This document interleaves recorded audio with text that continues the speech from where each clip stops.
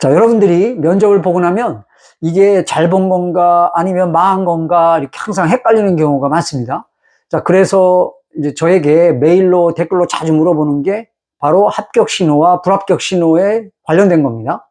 자, 오늘은 실제 사례와 최근 트렌드에 맞는 면접장에서 자주 나타나는 합격 신호 5가지와 불합격 신호 5가지를 확실하게 정리해 드리겠습니다. 자, 임원들이 보내는 신호를 제대로 읽어내면 합격에 가까운지 아닌지 어느 정도 감을 잡을 수 있기 때문에 끝까지 설명을 잘 시청해 주시기 바랍니다. 자, 먼저 5가지 합격 신호부터 보겠습니다.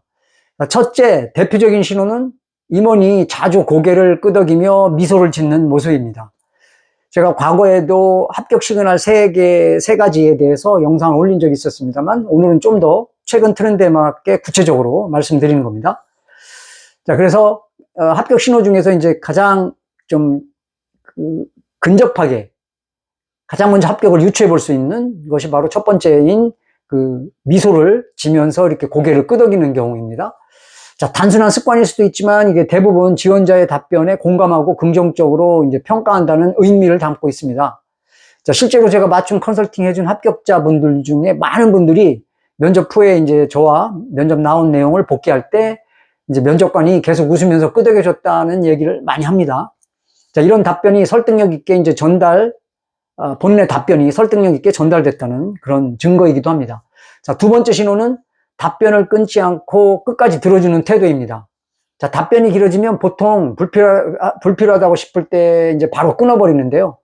자, 끝까지 들어주는 건 이제 들어준다는 의미는 지원자의 태도와 사고력을 존중하고 있다는 뜻입니다.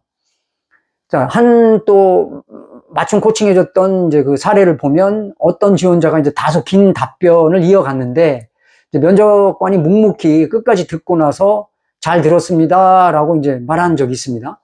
자, 결과는 당연히 합격이었는데요. 자, 이렇게 조금 장황하게 설명했는데도 끝까지 들어주는 경우. 자, 이런 경우가 이제 그 사람에 대한 매력을 갖고 있다는 반증이기도 합니다.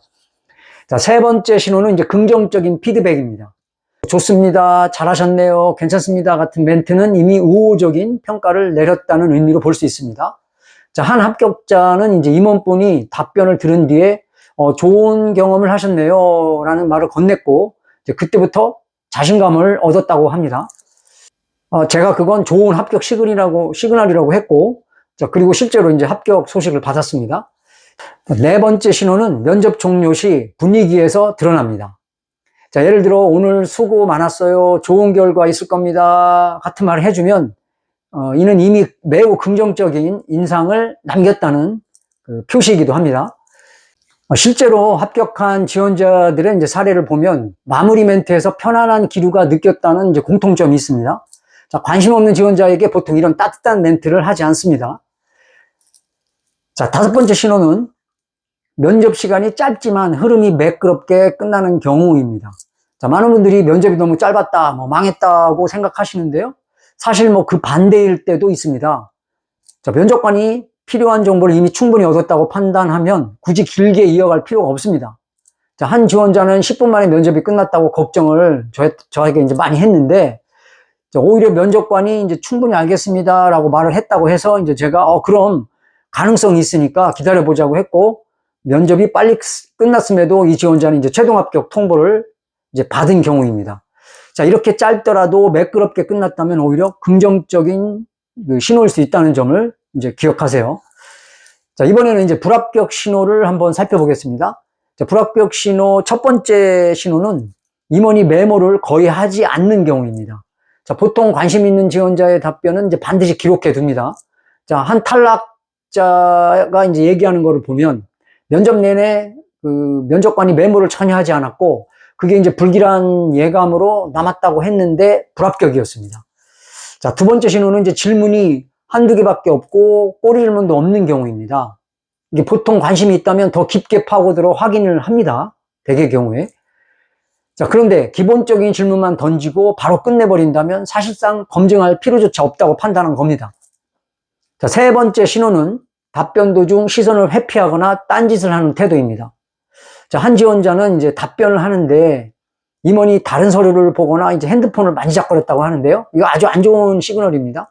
자, 그 순간부터 이제 면접의 분위기는 완전히 식었고, 결과 역시 이제 불합격이었어요.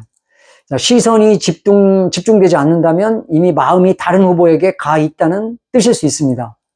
자, 네 번째 신호는 면접이 짧게 끝나고 차가운 태도로 마무리되는 경우입니다. 자, 네, 알겠습니다. 수고하셨습니다. 하고 바로 일어서는 장면이 대표적입니다.